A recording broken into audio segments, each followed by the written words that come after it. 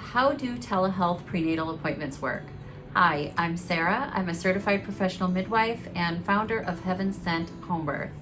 So today I've got some items with me here, and I want to just go over what sorts of things that you should have on hand in order to do a telehealth visit with a provider for prenatal care. One of the reasons why you might be doing telehealth appointments is because maybe you live pretty far from your care provider. Maybe you have a lot of kids at home and it's just really hard to leave your house. Or maybe your family has come down with a sickness and it's really important that you talk to your care provider. There's 3 items that we recommend here at Heaven Sent Home Birth. The first is some sort of automatic blood pressure cuff. I have a wrist cuff here, but honestly, the arm ones are a lot more accurate. They're just a little bit more pricey. So if you plan on doing a lot of telehealth appointments, I would definitely recommend getting the arm one. You're also going to want a fetal Doppler. This is something that I've seen some on Amazon, but honestly, I like fetaldoppler.net the best. This is what we're going to use to listen to your baby. And then you're gonna want something that you can measure that's flexible. So usually people will use like sewing measuring tapes, like the little cloth tapes, or you can find paper tapes online as well. And this is what we use to measure fundal height. As a mom, you can actually measure your fundal height at home with a little bit of practice. First, I'll give you some tips on how to get the most accurate blood pressure reading. First and foremost, you want to make sure that you are seated. You want your legs uncrossed. Hopefully you've not had any caffeine that morning, and you want to try and be at rest for at least 10 minutes. For the automatic cuff that goes on the wrist, we're going to put it on the inside, and then you want this device to be level with your heart. So either you can go like this or you can go like this, but the point is this needs to be level with your heart.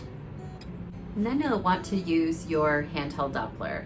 You can get some ultrasound gel. This is usually what we use for Dopplers, but if you have any olive oil or anything like that, that can actually be used as a conductor as well. When it comes to placement of your Doppler, it really depends on where your baby is in the pelvis, but I'll show you some of the easiest spots to start with.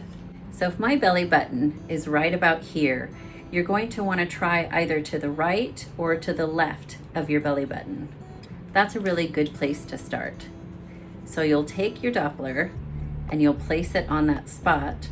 And then instead of just going, oh, I can't hear my baby here, and then going here and here and here, stay in the same spot, but turn it.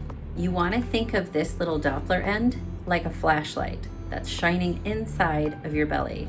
So you can kind of go like this and pivot, and you might be able to still catch it. And if you don't, you can move a little bit lower, try again.